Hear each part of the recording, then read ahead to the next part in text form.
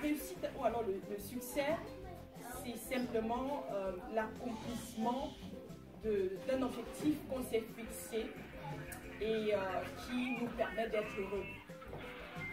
Ça veut dire quoi? Cela veut dire que mon succès, ce que moi je considère, ou ce que ma soeur considère comme étant son succès, peut être considéré par toi, président, comme n'étant rien du tout. C'est-à-dire que quand moi j'étais plus jeune, quand j'avais 19 ans, mon plus grand souhait, c'était de passer mon baccalauréat, de trouver un emploi où je peux gagner 100 000 francs CFA par mois et de trouver un bon mari. Donc pour moi, si j'avais passé mon bac et que j'avais un salaire de 100 000 quelque part et que j'avais un mari, un bon mari, pour moi, je considérerais que j'ai réussi. Est-ce que vous comprenez? Maintenant, les 100 000 là, au jour d'aujourd'hui, ça représente, si je dis 200 $, ça ne met pas le carburant dans ma voiture. Est-ce que vous comprenez? Et même à l'époque où je pensais que ces 100 000 pour moi étaient mon succès, aurait été mon succès, ça ne représentait pas le petit déjeuner chez M. Kadji de Fosso. Est-ce que vous comprenez?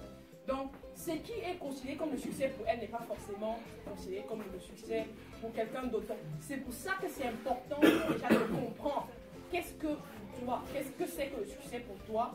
Et l'idéal serait d'être capable de rendre ça flexible. Si j'étais resté au niveau où je continuais à penser que 100 000 francs et un bon mari et le baccalauréat serait pour moi un succès, évidemment, je ne serais peut-être pas parmi vous aujourd'hui. Parce que je n'aurais pas pensé à viser plus loin que cela. Donc, c'est important donc pour avoir le mindset qui vous prépare pour la réussite.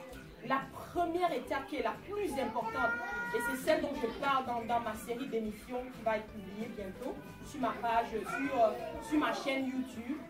Je vais discuter avec vous, m'assurer que vous, pour ceux qui sont sur les réseaux sociaux, que vous soyez capables d'aller voir ma page sur les réseaux sociaux et vous assurer de voir cette vidéo.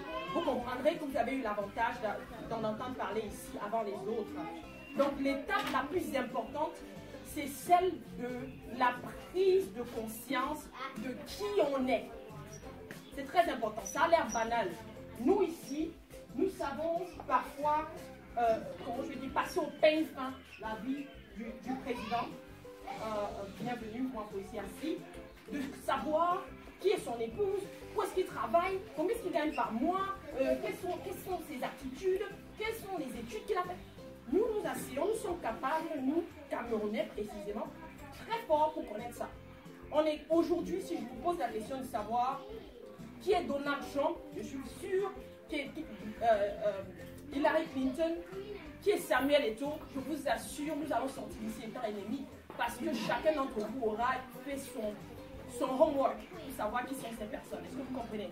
Mais est-ce que nous nous asseyons pour faire notre homework pour nous-mêmes, pour apprendre à connaître qui nous sommes, quelles sont les attitudes que nous avons. Donc avant d'avancer, je vais vous demander, qui d'entre vous a envie de réussir? J'ai demandé qui a réussi, j'ai eu une main. Avant que je n'avance, pour les 5 prochaines minutes qui me restent, j'aimerais savoir si ça vaut la peine que je continue ou pas. Alors, qui a réussi? Qui veut réussir? Qui veut réussir? Même celle qui a déjà réussi veut encore réussir davantage. Est-ce qu'on est d'accord? Voilà. Donc, si on est d'accord sur le principe que nous voulons tous réussir, c'est très important. Ça, c'est même déjà une prise de conscience importante. C'est qu'on veut réussir, c'est bien. Maintenant, si nous voulons réussir, je reviens donc sur cette étape importante qui est celle de la connaissance. C'était qui, Socrate? Quelqu'un peut me dire? C'était qui, Socrate?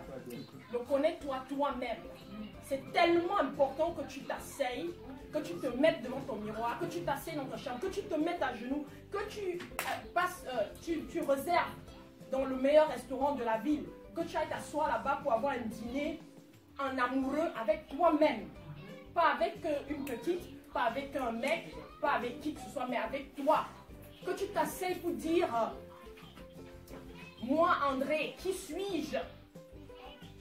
Mes parents m'ont mis au monde, mais qui est-ce que je suis vraiment?